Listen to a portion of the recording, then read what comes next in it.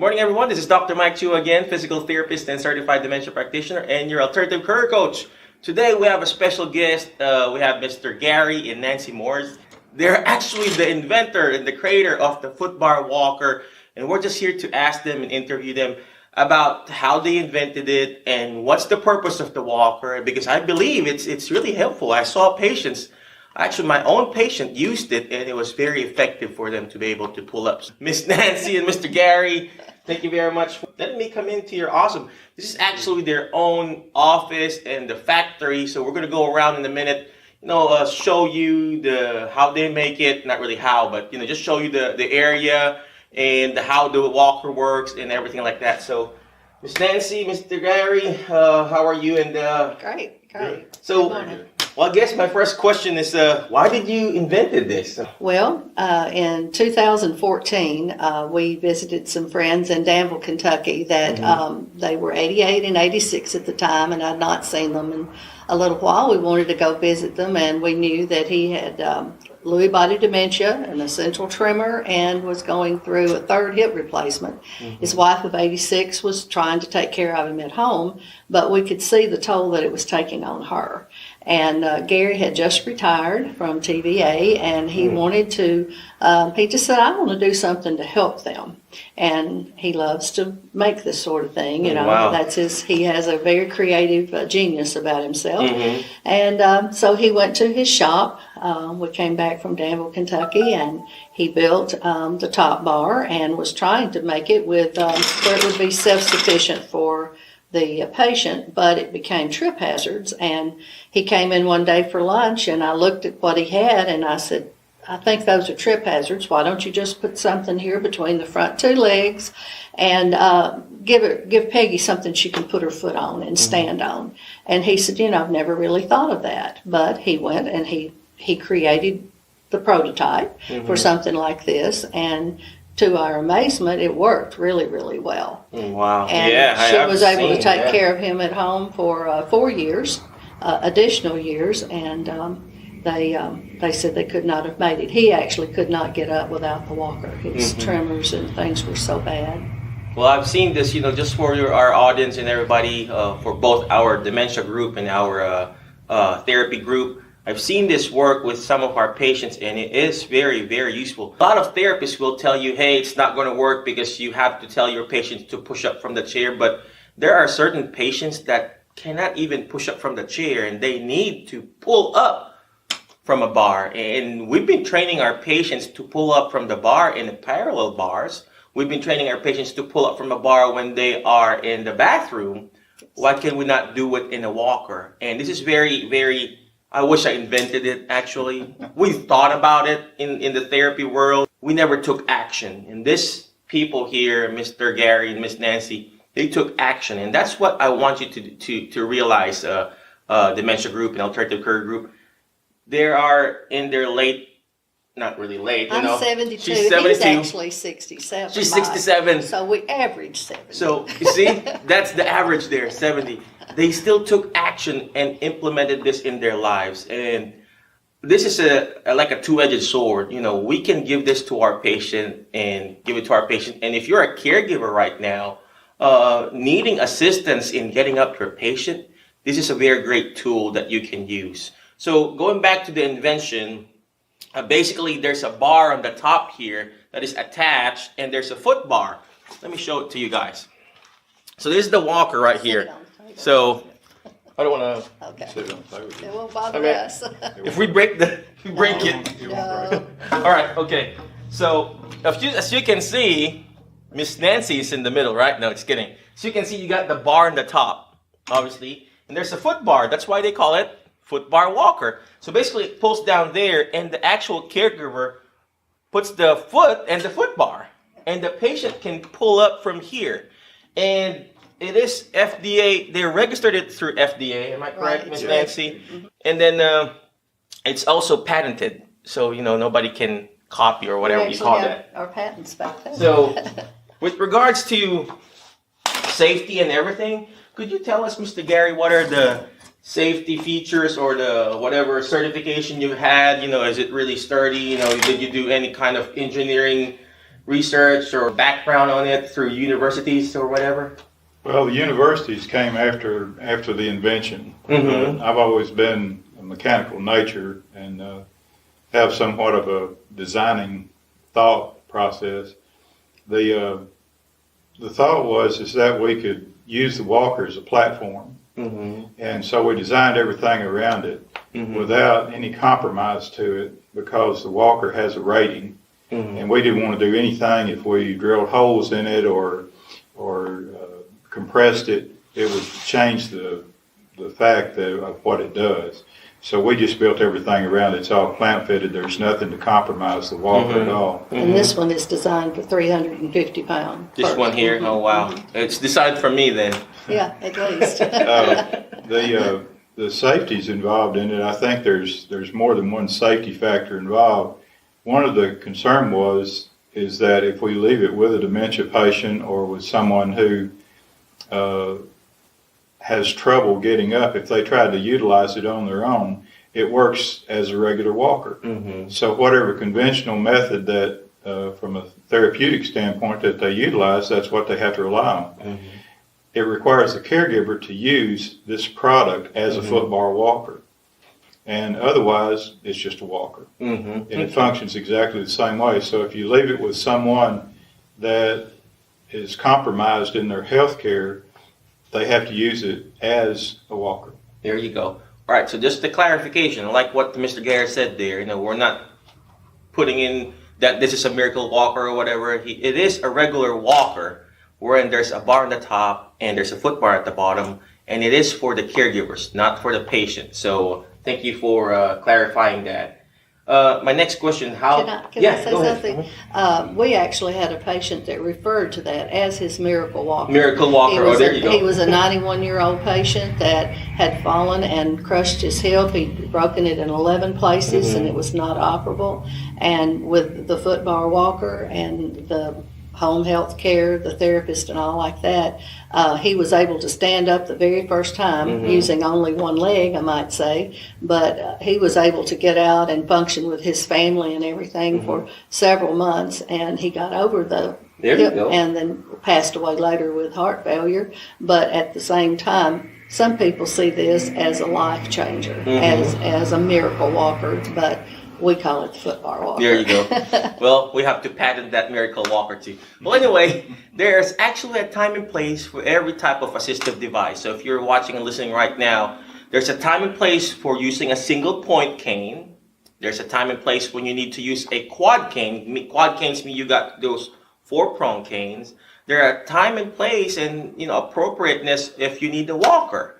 Same thing if you need a rollating walker, the one with the 4 wheels. Same thing with the one with you have those scooters. So it really depends on the patient functional mobility, and really depends on the patient's participation level.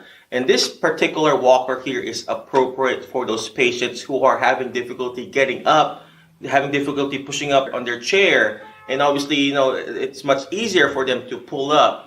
And like what Ms. Nancy said, there is specific type of patient. So if you've got any questions or any concerns or any violent reaction like a lot of people does, reach out to us. Reach out to my website, drmikechua.com, email us, or go to their website, footbarwalker.com, and investigate. Watch all the videos that they've uploaded in that group or in that website, because there are a lot of patients who are actually convinced, that this really helped them.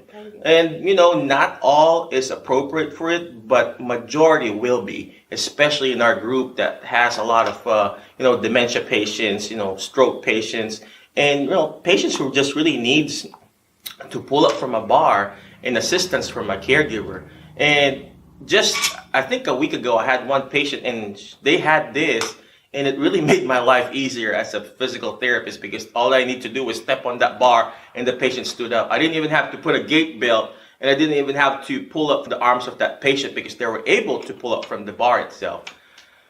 Last question. Okay. you have something to say? I was just going to say, love for the caregiver and the patient was what caused us to want to do this. And I think personally that it's time that the caregivers were given some some assistance to help them in their daily lives deal with patients so that they don't become a patient. I love what you said there. The love for the caregivers. Yes, we need to focus on our patients because we want them to get better. But sometimes, not sometimes, all the time, we need to also take care of our caregivers. You as a caregiver, you cannot give what you do not have. Just like money, I cannot give money to somebody else, to my kids, if I don't have money myself. I cannot give food to my kids, to my daughters, if I don't have food myself. Well, obviously I have food a lot here. But same thing with caregiving. You cannot give what you do not have. That's why it's called caregiving. You're giving care.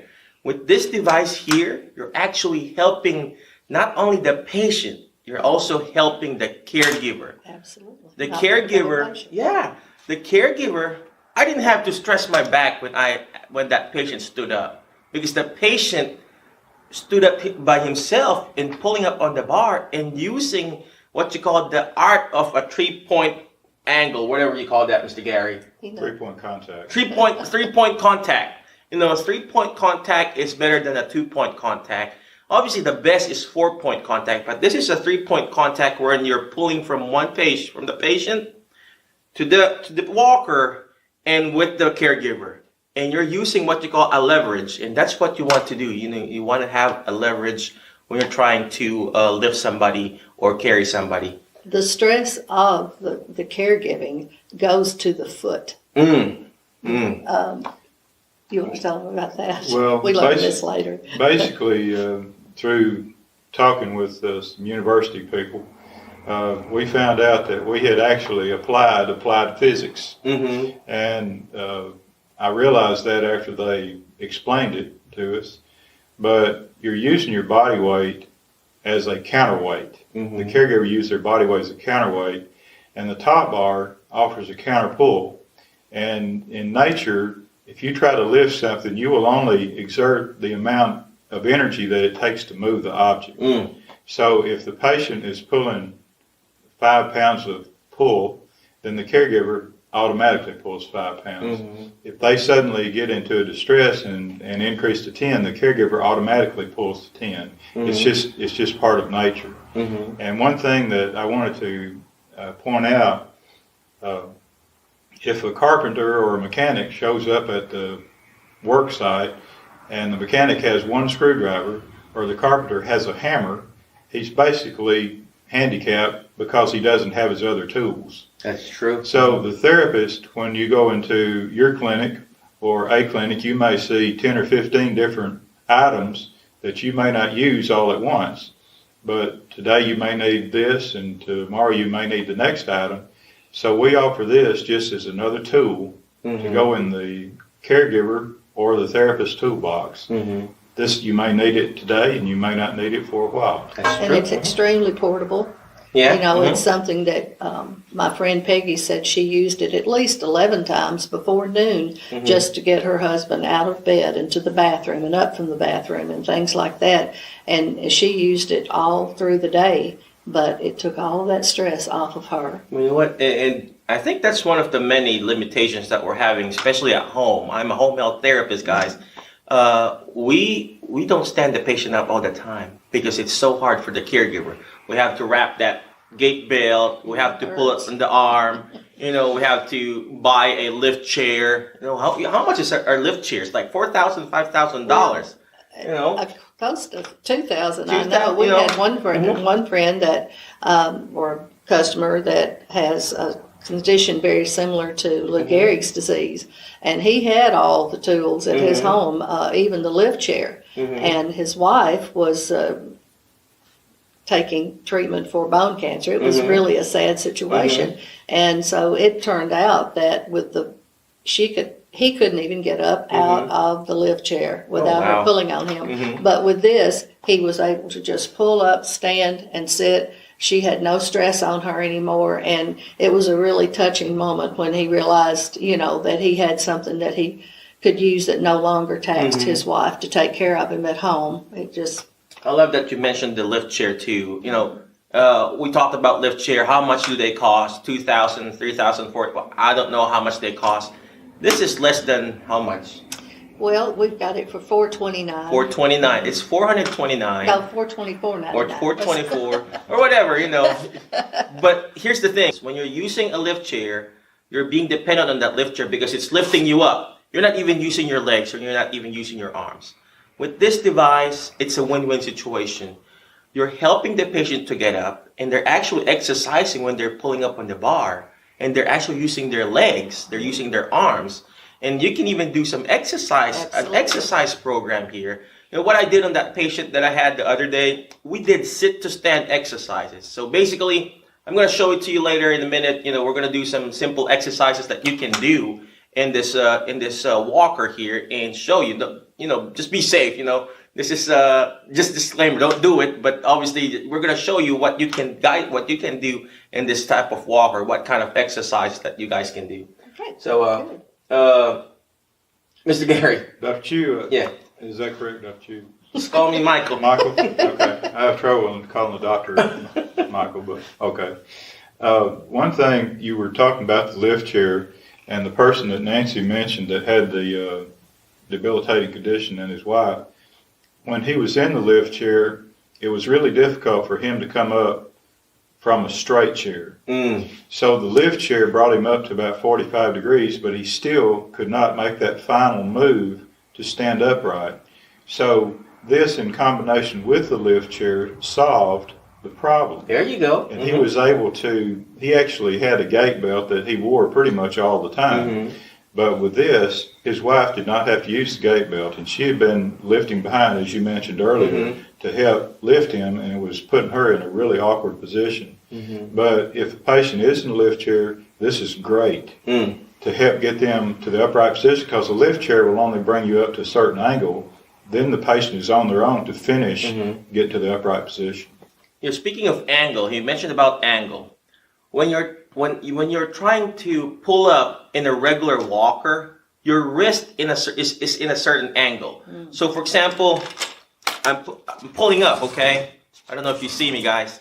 So I'm pulling up with my wrist without the bar itself here. If I'm going to pull up here on this angle here, in this angle, we call it a neutral angle.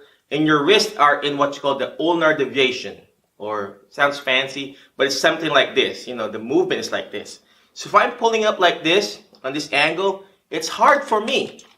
It's going to hurt my wrist. If I have carpal tunnel syndrome, it's going to be hard for me. But if I'm on this angle like this, see, I'm in a neutral position, neutral angle of my wrist.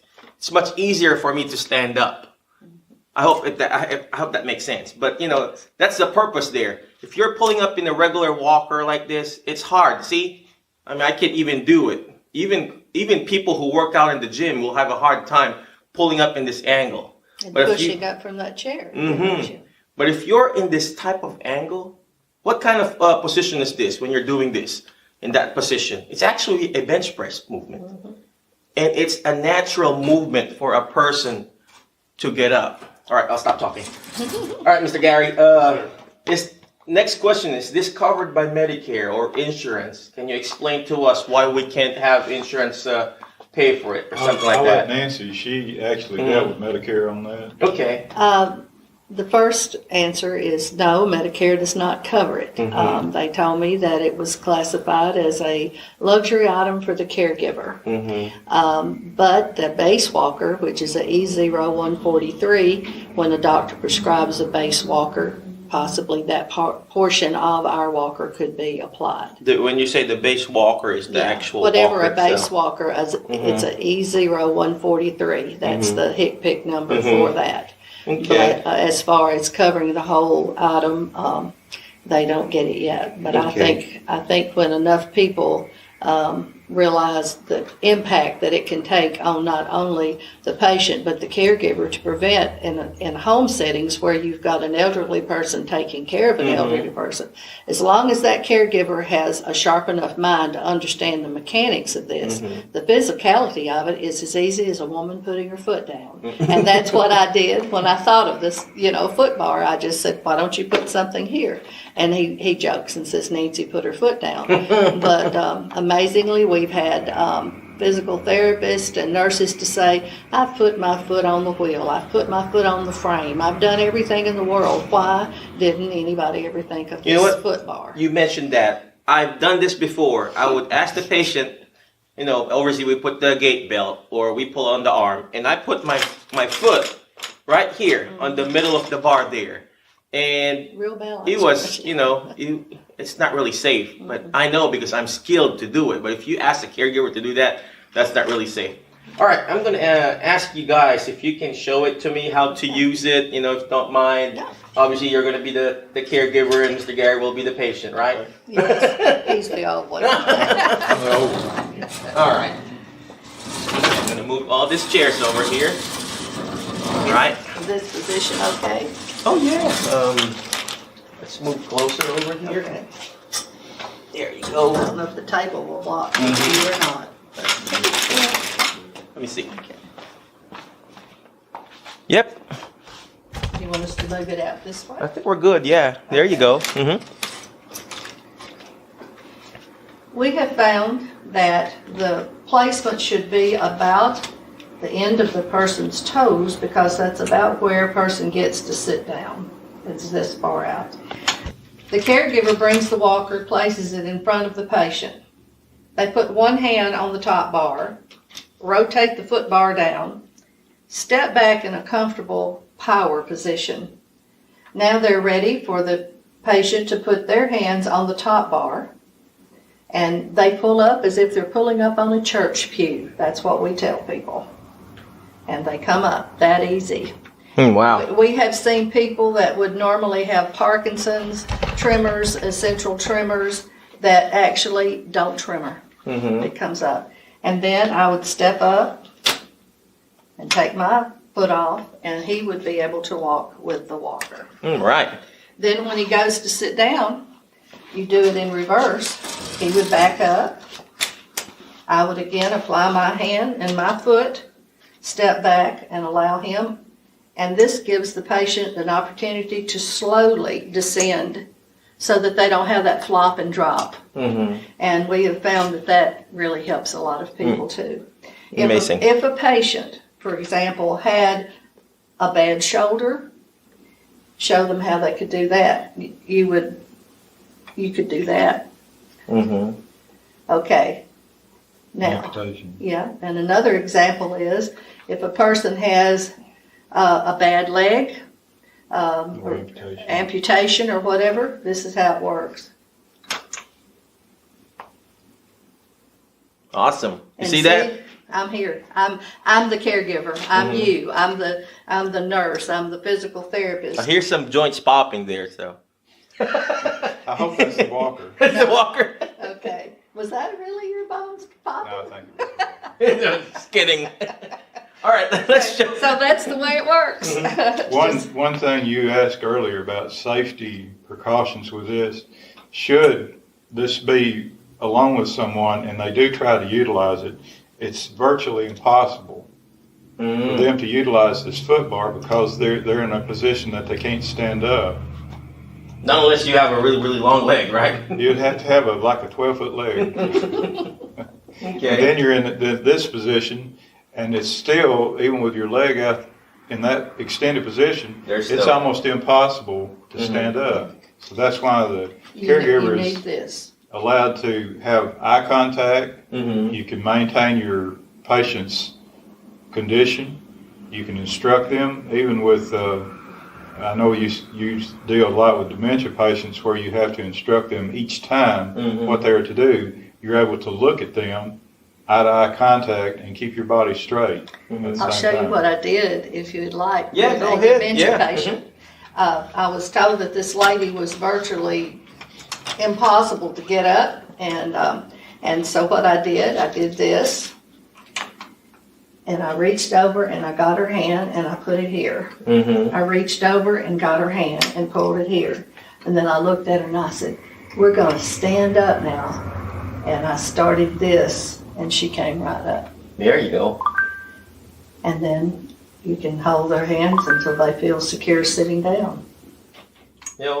Tactile touch is very important. You're basically you're putting pressure on a patient's joint or hand. So that's very good technique too. All right, so thank you very much, Ms. Okay. Nancy, Mr. Gary, for You're being a patient and a caregiver. Thank you. One thing, for safety wise, when you're fitting a walker with your patient, you have to make sure that the handlebar is on the hip joint. Why? Because if it's too low, you're going to hurt your patient's back. If it's too high, you're going to hurt your shoulder. So when you're fitting it, make sure it's on the hip joint. This is perfect for me.